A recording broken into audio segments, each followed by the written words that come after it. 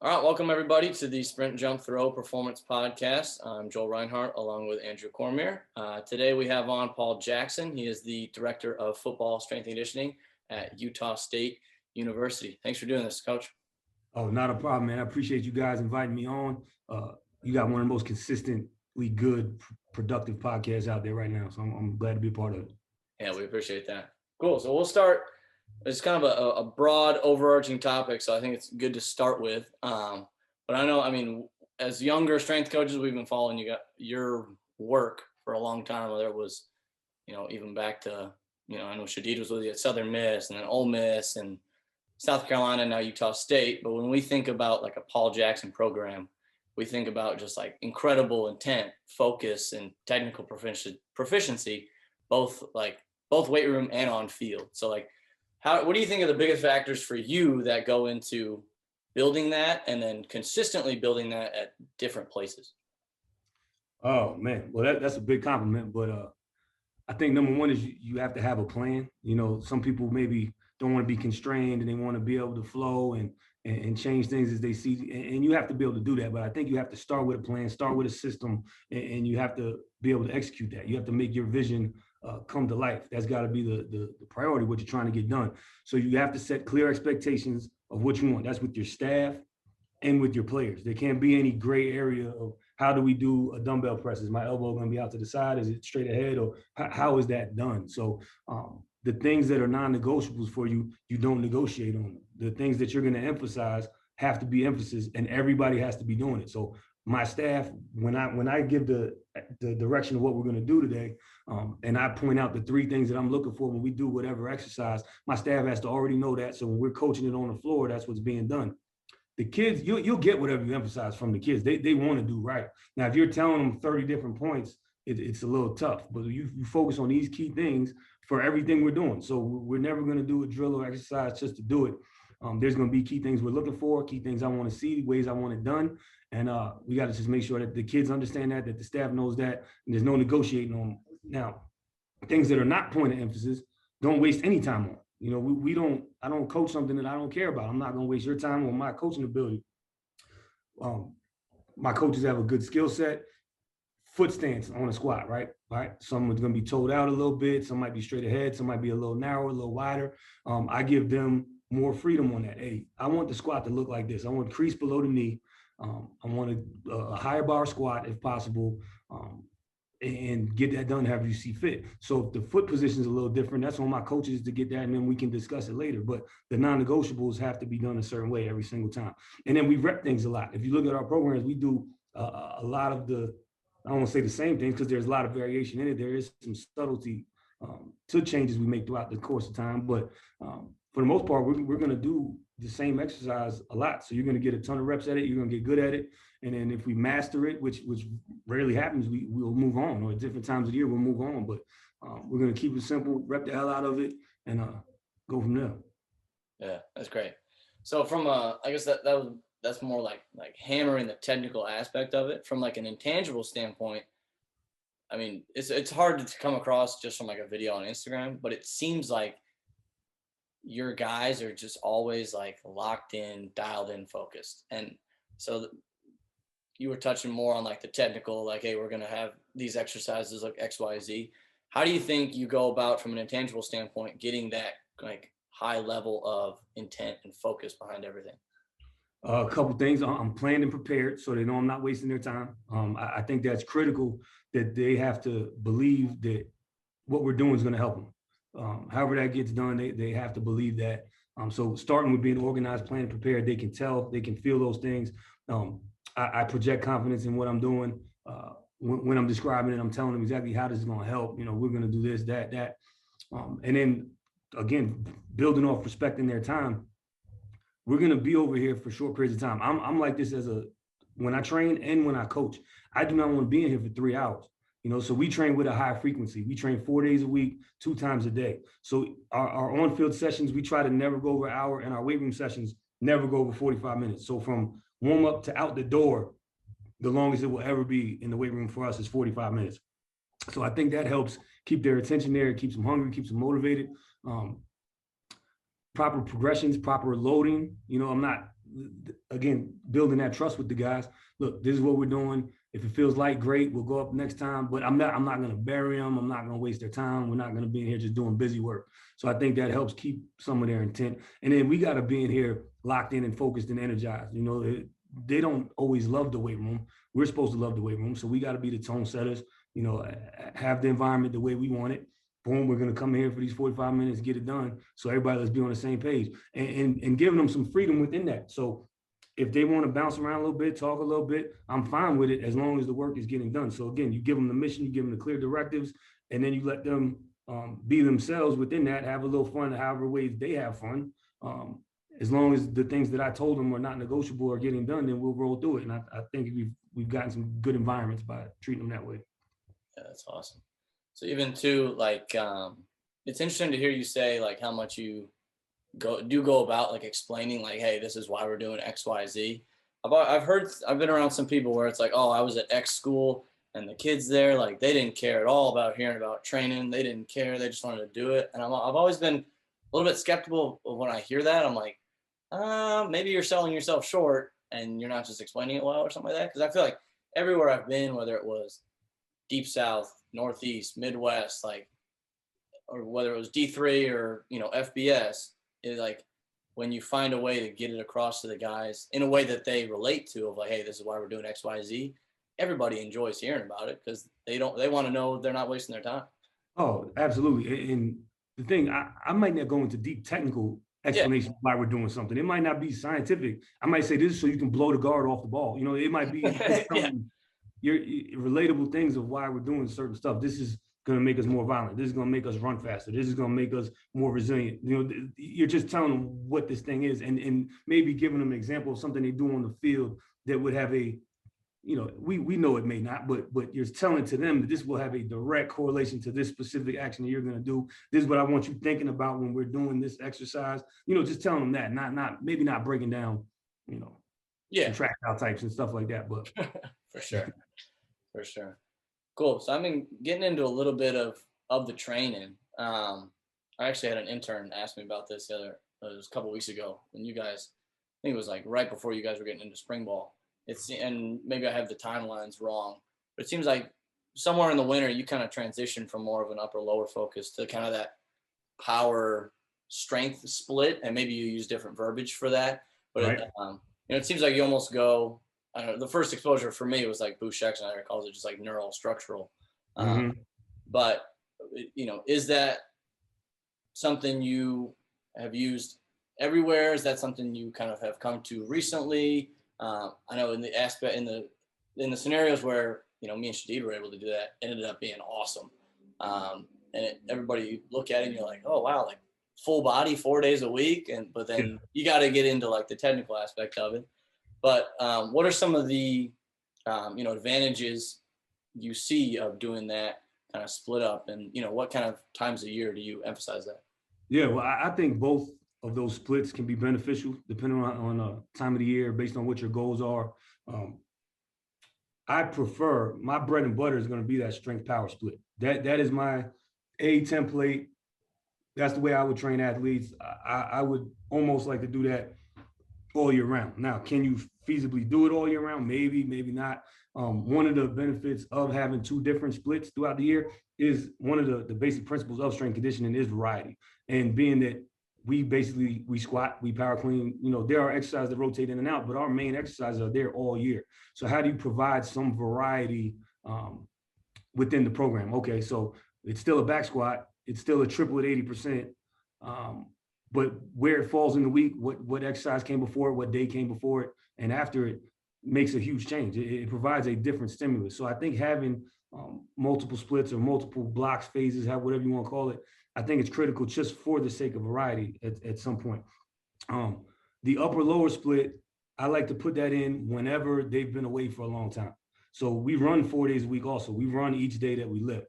So if you've been off for 3, 4, 5 weeks, and you come back into it, that is a sharp increase in workload. And we want to try to ease that as much as possible, particularly thinking about the lower body, since we are going to be running all 4 of those days. So now if you have a lower body, maybe not an emphasis, even though the local workload may be lower on the total body day, than it would be on a focused just upper or lower day.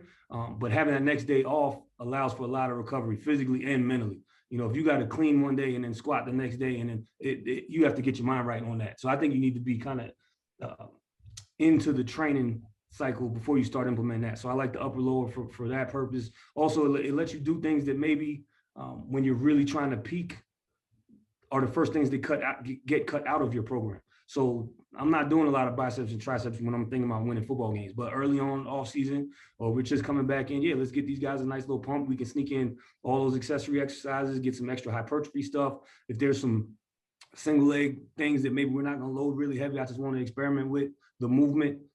That's when there's a slot for it. Once we switch to strength power, there's not a slot for, I don't think I have much fluff anywhere in the program, but when you go strength power, there's really no fluff.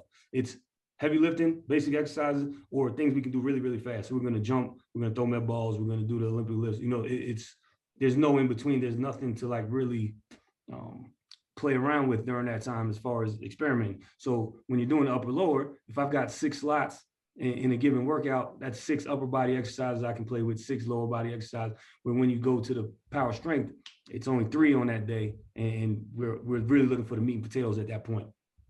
The strength power split, Bouchek Snyder also, I saw him do that. I call it kind of foundational days and performance days. So your foundation days are going to be your strength days. That's also where we do our conditioning, our aerobic type work. So I do think that force production and aerobic capacity are going to be the foundation pretty much for everything we do. I think by this age, most of these kids have trained for a couple of years. A lot of that's developed, but we do want to maintain it and continue to drive that. You know, we want those things to reach as high a level as possible, but they may not be what make the athlete special at this level. The higher skill level you have, or the higher level of competition you're at, the things that are going to actually help you on the field get a little more specific. So to me, our KPIs would come on those power days. You know, to me, that twitch, that power, that explosiveness is going to be more what separate people at this level than just their aerobic base or their force production. So splitting the strength power, yeah, you're like, man, that's total body every day, and it is. So for me, I look at more of just a prioritization of activities. It's not a high low. You know, people read about these things and they think they look at it through that lens. Okay, so that's high, but that's low, but that's not really low. How can a squat be on a low? It's not. I think most of what we do is high. It's how do we control it? How do we manipulate it and make it as feasible as possible? And we get the best work on the things that we're prioritizing. So our main KPIs would be on Mondays or Thursdays for us here. That's our Olympic lifts, that's our sprints, that's our jumps, that's our throws. Those are the things that I want to make sure get done to the best level possible. Tuesdays and Fridays, I feel like we can grind a little bit. So if you're not able to execute the best back squat possible on those days, I'm okay with that. I think you're still going to get better. You're performing in a somewhat, a little bit fatigued state. So the work is still going to get done, even if we could have loaded more weight on the bar by positioning that exercise somewhere else. I think you still get a ton of benefit from it. And again, it's the foundation. So we want to maintain that, but that's not necessarily the driver of our program when we get to that phase. And when you look at, I mean, you kind of already hinted at the fact that you don't have much fluff in your program. Like, how long did it take for you to get to that point? Because it seems like, I mean, I know thinking of myself early on, I was thinking about all these little things that I could hit. And then as I've matured as a coach, I've noticed what's the most important stuff, how hard can we train it, and then how can we hammer it somewhat consistently while still allowing the athlete to have these really high outputs. So how did that kind of like come about for you throughout your coaching career? Yeah, it's interesting, and I think it's a critical component of coaching development. Like, you have to get to that stage at some point. What do I really, really know? What do I believe in? What am I good at? What can I execute? What can my athletes execute? And you kind of just chip away at things over time. I think it might have been Mike Boyle, I read a long time ago, said the perfect program is not when there's nothing else you can add into it. It's when there's nothing you can take out of it. Like, you look at your sheet and there's literally like, there's nothing to take out. I need to do all of these things. And when you're a young coach, it's good to experiment. You have to figure these things out. What something you might think is a great idea, and once you implement it, you say, no, that doesn't work in a room full of guys. Or, man, I don't know that as well as I did. So you have to experiment and get into a lot of variety and things. But especially when you're learning, when you're really young and you're just learning, a Turkish get up, or a single leg, whatever, like you're just learning them. You got to experiment with them. You got to program with them and get through those things. But over time, what you're genuinely comfortable with, what you believe in, you have to start to narrow that down, become an expert. You don't want to just be out here shooting and trying everything you see on Instagram. And I'm very particular with that. If I see something, be it an agility drill or something in the weight room, I will make a note of it and I'll put it away. But you can ask Coach Deed or any of these guys that maybe are quicker adapters than I am to things. I'm going to thoroughly vet it. I'm going to do it myself. I'm going to think about it. Even something simple as like a loaded carry. At Ole Miss, we talked for 3 years about doing farmers walks before I actually put them in the program, you know, so I might be more extreme of what something has to do to make it into my program, like how many boxes have to actually be checked before it gets implemented. But I do think that, again, mastering things and things you believe in and how you get down to it, you got to do that over the course of your career. Yeah. And even looking at, you had talked about how you actually train twice a day for very short blocks. I mean, what kind of got you to that? Because I mean, that's obviously a phenomenal idea. And in football, it's a great way to, you usually have the ability to pull that off with being able to like manage schedules as well. But what kind of like got you to that point in time with wanting to separate training and getting them twice a day? Thinking about respecting their time, keeping them for as short a period of time as possible, but then really wanting to have a focused training session. So they come in Monday morning. This is speed. This is all you got to think about. You don't have to think about glute ham raises. You don't have to think about back squats. All we're thinking about right now is this warm up's going to be great, and then we're going to run fast, and then you're going to go eat and come back later. And then when they come back in the afternoon, same thing. It's a focus. All we got today is upper body lift, or all we have today is explosive movements, and then they can get out of here. So kind of segmenting it, and again, prioritizing things. So if you were doing it all in one session, I would probably program your speed work, your explosive work, your strength work, and then finish up with conditioning. If you did that in one session, you're going to lose some focus and intent somewhere. So it's how can we get, again, with it not necessarily, in my opinion, being a high-low structure. I think all these things are probably high CNS demand or high stress demand. How can we get the most out of it? So how can we get the most high quality work done? I figured it was breaking it up into smaller bites. Because even if it's just the weight room, if you have a 2-hour lift, by the end of that lift, kids are going to try to skip things. They're going to be tired. They're not going to do it as well. So how can we get the most good, high quality work done?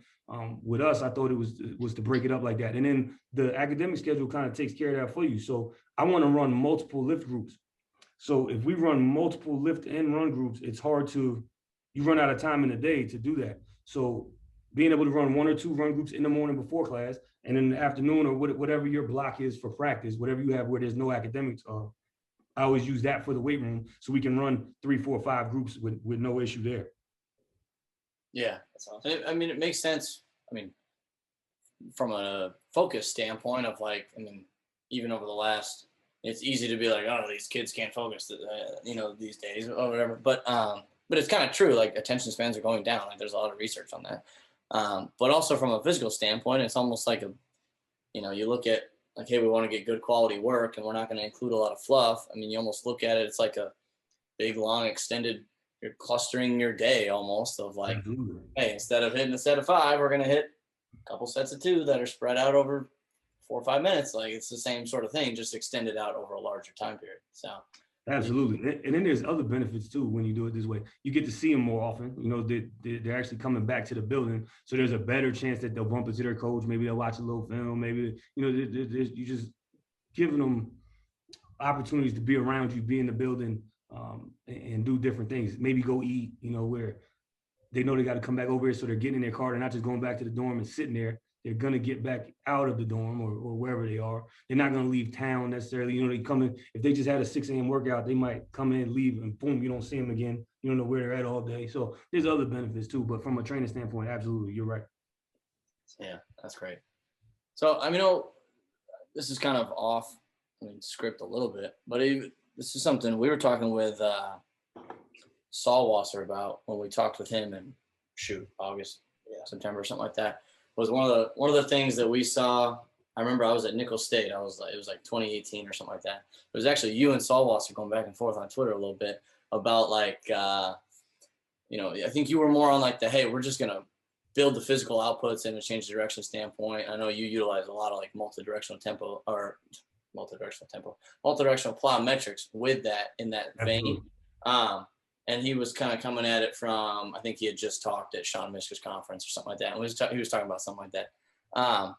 But I mean, that you're kind of viewpoint on that is something that I know both of us have trended towards over the last couple of years and have found great benefit. So, I mean, especially when you working in a, generally in a population that is, I guess you have some guys who are super duper elastic, and then you have, kind of the lineman end of the spectrum as well. What are the benefits that you found of like, having the majority of your change of direction work trend towards, um, those very high intensity multi-directional plyometrics?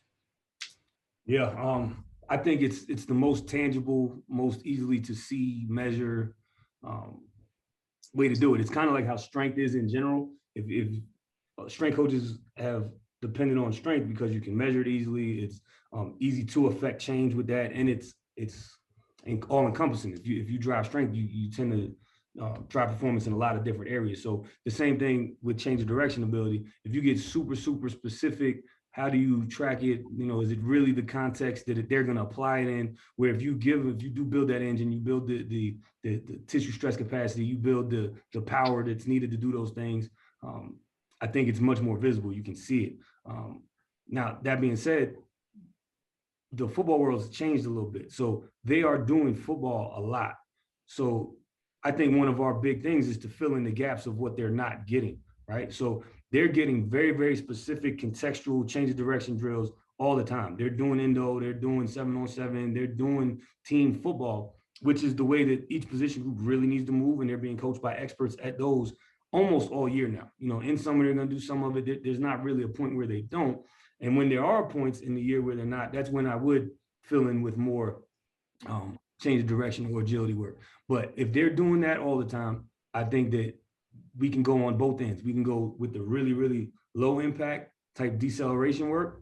And I think we can get into the high end, the real power output with the multi-directional plyos and jumps and things like that, because they're not going to get as much of that at practice, where they're getting specific repetitive movements at what they have to be good at. But to really drive that engine, I think we can do that. So the speed stuff, anytime you're driving CNS, I think that you're going to be able to help the overall organism. So our sprint training, and again, with those multi-directional plyos, I think that's probably the most bang for the buck that we can provide to the athletes, rather than making up a drill and I think this is going to apply, and because he's going against somebody or because he had to follow my hand, it's going to really relate to football. But those contexts it's better than nothing, I guess, but it's not the same as if a DB is lined up, it's 3rd and 8. I know the call. I know the receiver's alignment is going to tell me these 3 routes might be coming. I know that, that's the actual context where they have to move in. It's not just totally freewheeling one-on-one things out there on the field. There's a lot of stuff that has to happen pre-snap for them to figure out before so their movements are almost pre-selected. I know it's not, but it gets narrowed down a lot more when you're actually out there in the game. Yeah. And you can manipulate the plyometrics so that they're, they are more complex than just like, oh, do a broad jump forward. It gets way more complex than that, but you can still keep it simple enough where the outputs are high. Because there's that kind of that spectrum of like, you get too fancy with some plyometric where you're going to do a rotate bound here, and then it ends up just being not high CNS.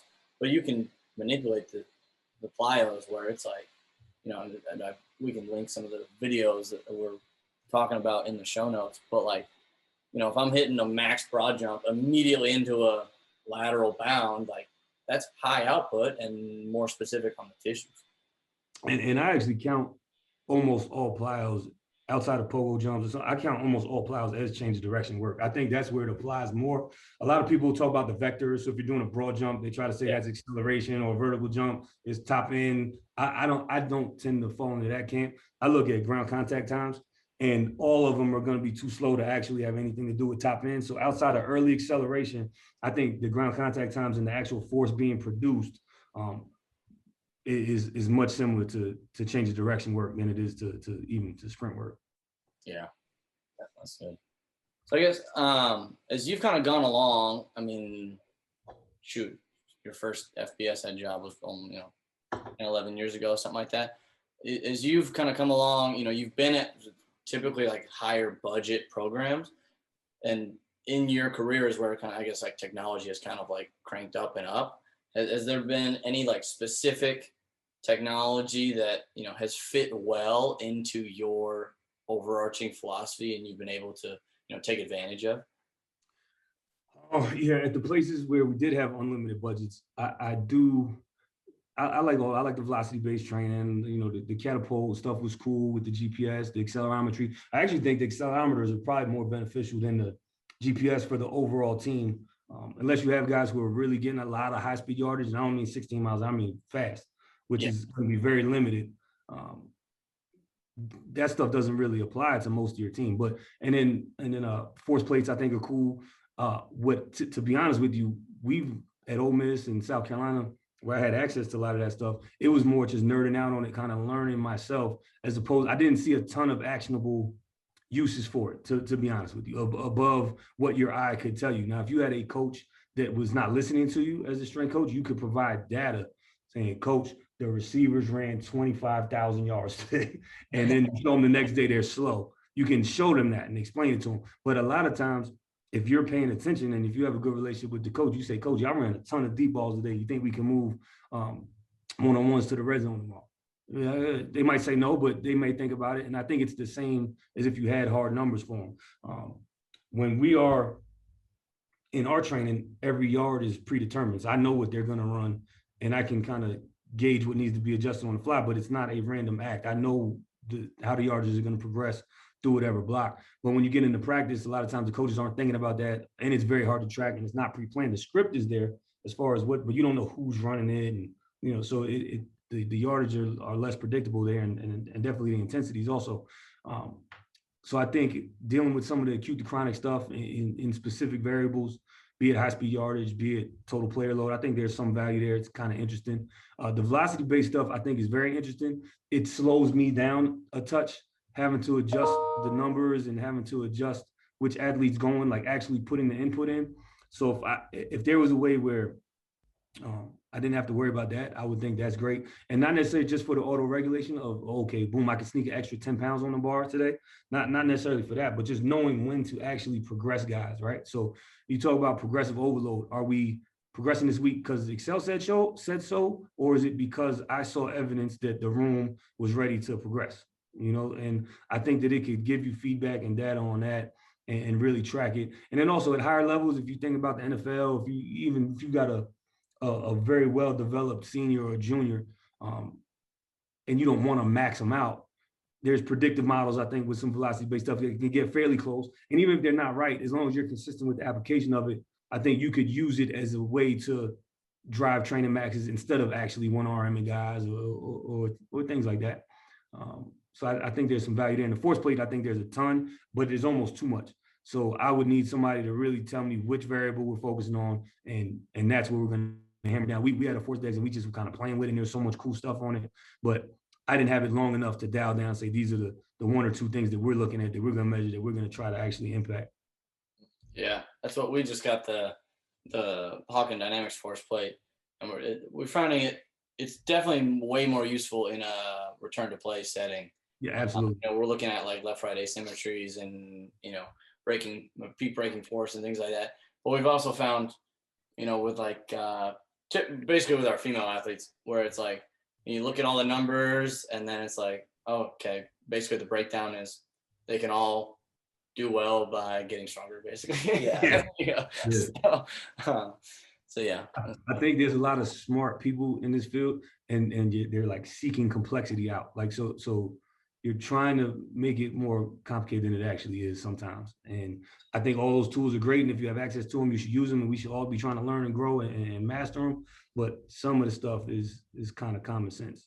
Yes. Yeah. We've noticed that, like, even from just general testing with it, I had used it the other day with like women's soccer, of just the difference in cueing and what you get for outputs of counter movement jump. Like, hey, I want you to aggressively pull yourself down and jump as high as you can. It was like peak breaking forces were almost like 30% higher for some girls. And it's like, all they thought about was just that little thing of, I got to pull myself down and then I'm just jumping as high as I can. Yeah. It's like the difference that you could get in a training effect, and showing them the data of like, hey, you can see the difference here when you actually did this. Now you need to focus on this when we train. And again, back to learning ourselves, and just, you might not have got any data from that athlete that's impactful, but you learned that cue works. Exactly. So it gave you some good feedback. So now off the force deck, off the force plate, you can now apply that cue when you want to get a certain response. Yeah. So I guess shifting slightly. So we both worked for one of your former assistants, and you've got. I mean, apologies if I miss any names to these people. I don't know Dom, Joey, Shadid. I'm blanking after that. But you've got a fair number of guys who were assistants under you, and then have branched out and are now directors. Wherever it at.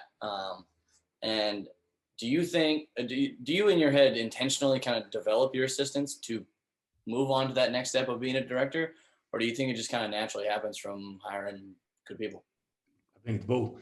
You definitely seek to hire the best people possible. I mean, there is no doubt about that. You want to get guys that are excellent, that have some things to them that can add to your staff. So that's the other key thing. You might interview a guy that you know is a rock star, but if he doesn't fit within your staff, you might not necessarily get to hire him. So once you do get as good of people as you can here, and then you start to be around them and you notice certain things, then absolutely you want to intentionally develop them.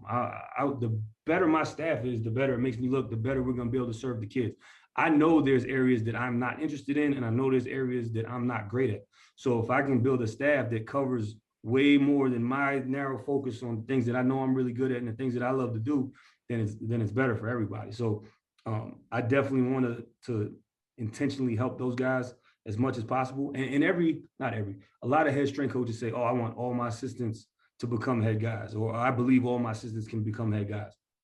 Now, business wise, absolutely. I hope everybody gets a chance to live their dreams. I hope that everybody gets a chance to provide for their family in this field. But the honest truth is everybody's not built for that role or to excel in that role. They may get the opportunity, but I don't think everybody will excel in that position. So when you do catch somebody and you start to see things that make you think they will, you want to feed that, right? You let them grow. You start to give them more and more responsibility as their appetite continues to grow. You give them more, and you give them that freedom. You reinforce it. You give them control, and help them along the way. You start to talk to them about things that maybe they didn't think about. They've never been a head guy, so you want to help them have head guy eyes.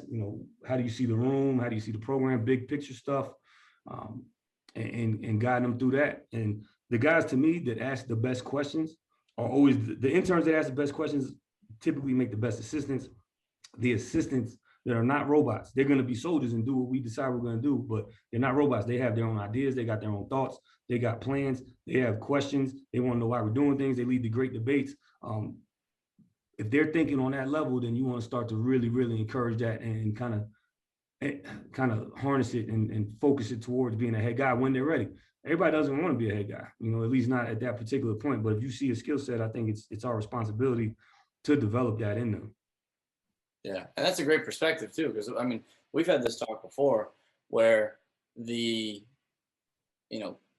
one of our things that we've picked out like across our internships and everything is like almost there seemed like there was a discrepancy between what really high up people in our field thought made a great intern and what made a great assistant, and like the qualities weren't necessarily the same. Yeah. Where if I've got an intern who's asking me like, obviously respectful and all that, but like super targeted like questions and being like, hey, why are we doing like, I'd rather have that than like, all right, the whole weight room is cleaned with a toothbrush and I'm ready to go. And like, all right, thanks, man. But like, yeah, that's awesome. But is that going to make you a great assistant if you don't have those other qualities as well? So it's nice to hear it from other people as well. Like that's what we're looking for, is like not just, obviously the nitty gritty's got to get done and it's got to get done at a high level, but that's just a baseline requisite. Like you also got to have the critical thinking skills. Yeah, that's the baseline. We can do that. Anybody can come in here and clean these racks, and now we need to do it, and you have to have the will to do it. But no, that's not what I'm looking for in an intern. To me, interns, I'm looking to hire interns that I can hire as assistants one day. That's the only reason I run an intern program. Other than that, they're just in the way. If it's just somebody who's in here cleaning the weight room, then we need to spend an extra 30 minutes and do that. I'm looking to make my hiring process easier the next time I have an opening. That's really my only interest in having interns. Now, my assistants, they probably get some of the load taken off of them by having interns around, so that they like that. But I don't care about any of that. I just want to find guys I can hire later. Yeah, that's fantastic. And I mean, it helps you out in the long term. I mean, because when you do have to, I mean, you've been at spots where you have a big staff available to you. So, I mean, filling 4 spots is not easy. No. Especially, with how fast things move and, depending on how late it was in the process or early, like if you don't have your ducks in a row, like you kind of shit out of luck. Absolutely. Yeah. So I guess cycling back a little bit to something you said when you're talking about, progression with specifically you're talking about with the VBT, but talking about like you're good about like, okay, I've got a plan. I know where we want to be as a program. How do you balance that of like the sit down in late December, early January of like, here's where we got to get to. How do you balance that long-term approach with the week-to-week eye of like, do we need to progress yet? Do we need to progress faster? How do you kind of balance those two, almost kind of competing voices on your two shoulders?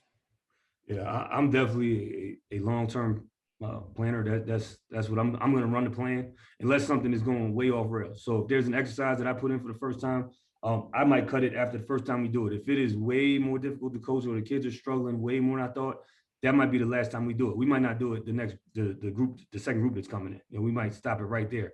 Other than that, I'll run the program and kind of reassess it at the end, unless, again, there's a critical error right here that was made. Now, individually, we do have to adjust it more week to week, even session to session. There's a guy who lost a bunch of weight, if there's a guy that's struggling, because we're not going to test and max all the time, right? So I'm trusting my eye and my coach's eye to say, all right, player A has smoked the last 3 weeks. He can progress at a faster rate than everybody else. And we need to talk about that as a staff and have that identified, then I can go in and change his numbers. So when we're on the floor, let's just talk about the weight room. All my guys, all my players have individualized sheets, with their numbers plugged in. I am a percentage-based guy, so that's on there. The assistant coach who has that kid on a given day, I give them the right. You can always drop the weight. If a kid is getting buried or something ain't right, he smells like alcohol, anything, you can always drop the weight. I don't want you to go over the weight on the sheet. And it's not so I can be controlling it, so that I know that kid's going to have the same workout regardless who had him, right? So now within that, if 2 days this week, they come and tell me, player, hey, we have to drop his weight. All right, so something's wrong. I need to dive into that a little more, and something's not working for that kid. So that's me trusting my guys to all have the same eye and all be looking at for the same things, and to be able to communicate that to me if I didn't have that kid. So individually, we'll make adjustments however quickly is needed, day to day, week to week. But overall program, I'll try to run it and see what happens, and then evaluate it at the end. And you talk about some of your assistants like having the same eye as you, and I mean, what are some of the qualities or like even non-negotiables that you look for from people that you hire? I mean, you obviously bring them in hopefully as like interns and then hire them down the line as assistants if you get the opportunity. Like, what are those qualities that you end up looking for? Oh, there's a ton. I mentioned it a little bit. You want guys that are talented at something you're not talented at. So for an assistant, that's a huge thing for me is, do you have an area of interest or a skill set that I do not have? That's number one. But when we're on the floor, it's got to be and this is no knock to anybody that does it different. I don't coach on the whistle. I don't coach on tempo. Like, we're not doing a lot of that stuff. So you have to be able to control 5 or 6 guys. You have to be able to see it. You have to be able to see the big picture of what's going on and the details of one guy on your rack. So if you have 3 racks going with 6 guys on them, you need to be able to know what's on the bar for each of those 6 guys. You need to be able to, so you have to be an active coach to work for me. You got to be able to move around and be able to communicate to 3 different people. This player over here is asking you what to put on the bar next, while you're giving this guy a cue on how to fix his squat. You need to be able to do those things for me. You need to be able to speak. The music's going to be loud. So you're going to have to be able to be vocal and get that thing across to these guys. You're going to have urgency and know what I want you to be urgent about. So if his back rounds, as soon as he starts to crack the bar off the floor, I want you to jump in and stop that lift right now. So there's things that, and we'll go over it. There are things that we can coach through. There's things we can coach at the end of the set. There are certain things that we have to stop right now. We have to stop and get it fixed immediately. And there's not a ton of those, but I need a guy confident enough and aggressive enough to be able to do that right now. I want guys that are always trying to learn. So that means learn why we do what we do here, as well as learning on your own. So I want you to really understand. And I don't get offended when guys ask questions or debate or, hey, I thought I don't get offended by that. I like talking about that because I want them to understand my thought process so that they can explain that to the kid. Now, that's where loyalty and all those things happen that come in. So Master D might not have agreed with a lot of what I did. I don't know or not, but I know he sold the hell out of it to the kids regardless. And then we could go debate whatever. I'm for that. That's gonna make us both get better. You know, if I hire young guys with different ideas who are gonna challenge me, that's gonna help me continue to get better. But being able to be active, energetic. I don't mean rah, running around doing this. I mean, but you have to be an active coach because you have to control these 6 kids and make sure what's on the bar. Don't stand there with your hands in your pocket. Help them unrack it. If there's a kid on that rack, boom, put the plate on there for them. We got to be able to move at that certain pace and have an eye and intelligence of what we're looking for. It's not just yelling. Guys who maybe believe the same things. So everybody loves a heavy lift, right? I love a 350-pound clean. I love a 500-pound back squat. I love that. We all do it as strength coaches, but our priorities are not that. So if it is a shitty 500-pound squat, I want a guy who knows not that was a shitty 500-pound squat, or that by having that bench press is a individual sport. It's not a team sport. So if there's 6 hands on the bar, that is not to be celebrated. It may have to happen sometimes, but that's not to be celebrated. So we got to be on the same page with all that stuff of what we're looking for. If he picked up the 140-pound dumbbells, all right, and you got to rip them off his chest every time to get through that set, that's fine. But you should not be encouraging him to do that again. You have to be able to make a good decision to now tell him, all right, next set, let's go down to the 125s, you know, being able to do that. Because I watch the room, but I don't roam the room because I have a group. So every day I will take 5 or 6 kids in each group also. And so I'm locked in on them. While I am watching everything, and I think I see most things that are going on in the room, and I can yell across the room and get those fixed. I'm locked in on my 6 guys. So I got to be able to trust that you can control that on your own, push the tempo, get it done without me having to babysit you on that. And I think that's another key thing. The way we do it, we rotate who coaches who. So I don't coach the same kids every day. I don't have the same 15 players that I always coach. I think there's pluses and minuses to that, but I want to coach every kid on the team, and I want my coaches to get to coach every kid on the team. Yeah, that's great. So from on the field standpoint, I mean, I know like in the weight room, it's not easy, but it's probably on the easier side of the spectrum, you know, because on a full spectrum of movements, you know, a back squat is wildly slower than a fly 10 or whatever. So like technical aspects of that, fixing technical aspects of that are on a different scale. But how do you go about, you know, for your on-field movements of, you know, whether it's acceleration or your plyos or whatever, putting your coaches in a position where, you know, they know what you're looking for and can coach it on the fly in those sessions? Yeah, that's much more difficult because guys will come in with less technical expertise in that area. We have to go over everything, and I have to give them a couple of key points.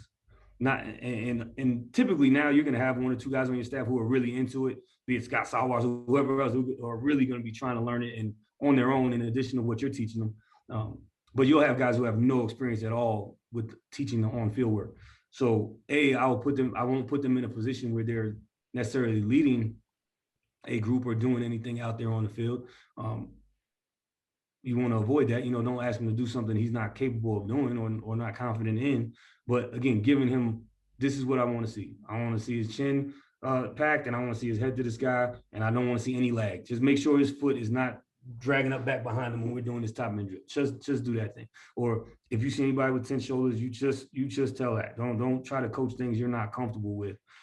So as we go over drills, we'll make sure guys are able to demo it. If you can't demo it, I'm not saying you have to be able to run fast, but you have to be able to demo what we want to do. Because especially as a young coach who's not overly skilled at coaching and exercise, demonstrations are one of your biggest assets. If you can just show these kids what to do, because you're not going to be talented enough with your words yet to get them to do it, just show them. And a lot of times our kids will figure it out good enough to get some proper work done.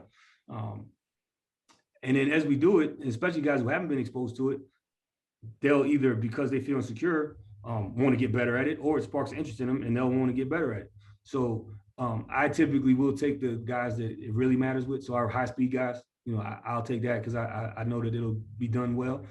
With the big guys, for example, they're going to get so much better from just exposure to some of this stuff that if it's not exactly right, it'll be okay. Just don't make sure we're not doing these key things wrong, trying to get better at it and get the intent out of them. So if our kids, if my coaches understand the intent of every exercise and drill, it helps. The same thing with the players. If you come from, you'd be surprised how many teams still only condition, or what they call a speed session is not a speed session. You know, the rest periods are too low, the volume's way too high. It's not a speed session. So you may have a kid who doesn't understand. No, literally, don't hold back. If you run this fast, we're just going to do one of these. You know, and so getting the kids to understand that, and also your coaches, is big. So again, big points. Give them a little bit, see if they get inspired, give them some more, and then don't ask them to coach something they're not comfortable coaching. Yeah, and I will say, like, having had some conversations around and like friends who are assistants elsewhere, like it's crazy to say it out loud, but like it's uncommon for a college football program to have a technical model that they are working off of for on-field movement. Like, right. Everybody can be like, this is how we back squat at so-and-so university. But it's like, all right, what three main key markers are you looking for in early acceleration? And you're going to get a lot of crickets at, right. Even at places where, you're getting skill guys that are sub 10, 400 meter guys. And it's like, if you want to get them at all faster, you got to be on your shit, because you're not just going to expose them to a couple 10-yard accelerations and move the needle at all. No, not at all. Again, the higher skill level, the more specific and targeted your trainer has to be to continue to get improvement. So you're absolutely right in that.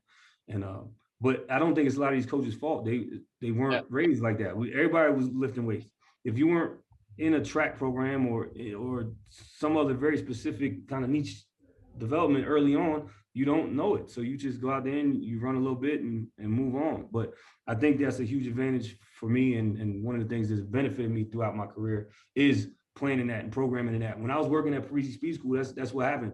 We had a library of exercises that we were allowed to choose from. And you could be lazy and just go in there and pick one of these and one of those and one of those. But running the session yourself, I have this library. How do I want to organize this session? All right. I know this kid came in last week. We worked on transitioning from lateral to forward. All right. So now what do I want to work on this week? What drills do that? Which one's more complicated? How do I progress this the next time I see the kid?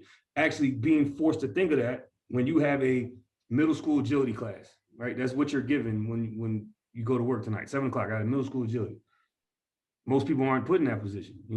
It's just come in here and run. So programming it, planning it, the same way you calculate tonnage and reps, you should be calculating foot contacts, you should be calculating yardages, you should be watching velocities, you should be looking at technical things and how they're progressing.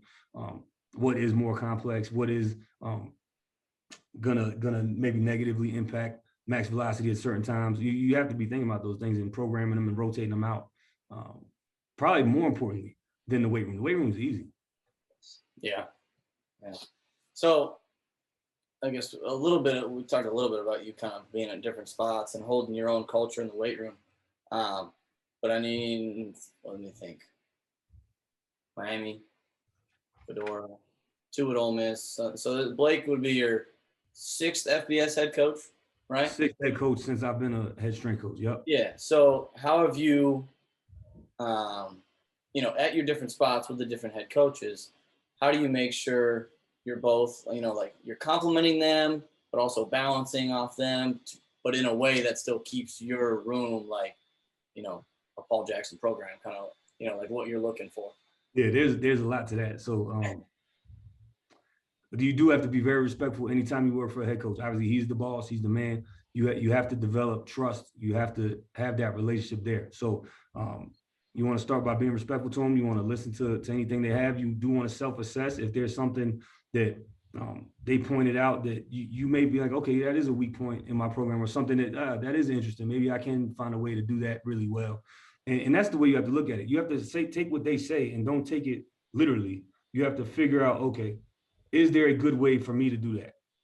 Can I package that and sell that to him that he thinks he got what he asked for, but doing it at a high level? Now, if there's not, there's not. I fully believe you can't try to be somebody you're not. I'm the same all the time with every coach. So what they say, deceit puts problems in the future. Honesty puts it in the past, right? So I'd rather deal with it up front. If we're on a job interview and you ask me about something that I totally don't believe in, I'm not gonna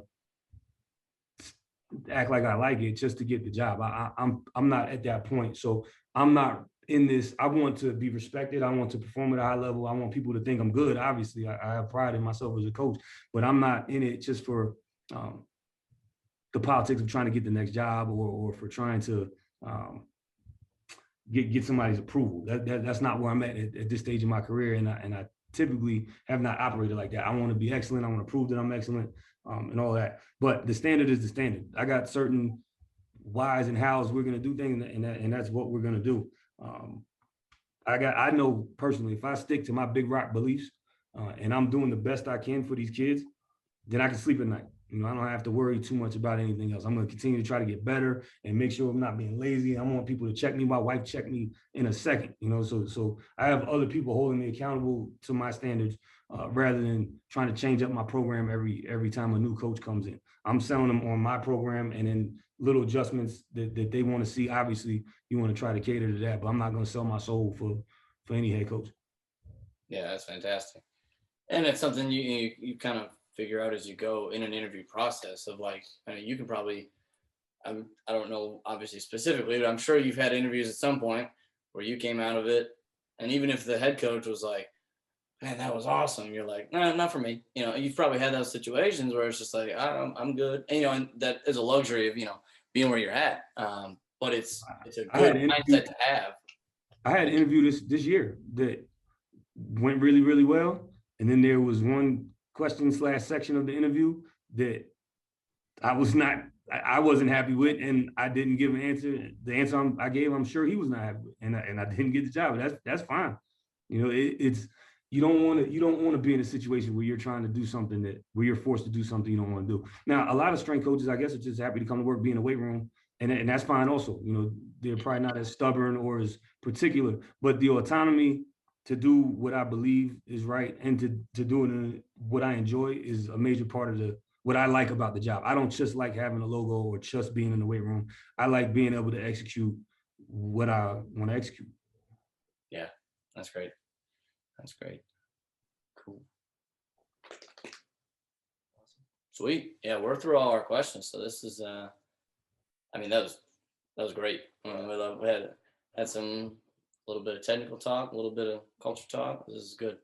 So we can do like a clean ending, and then we can go from there. So. Okay. All right.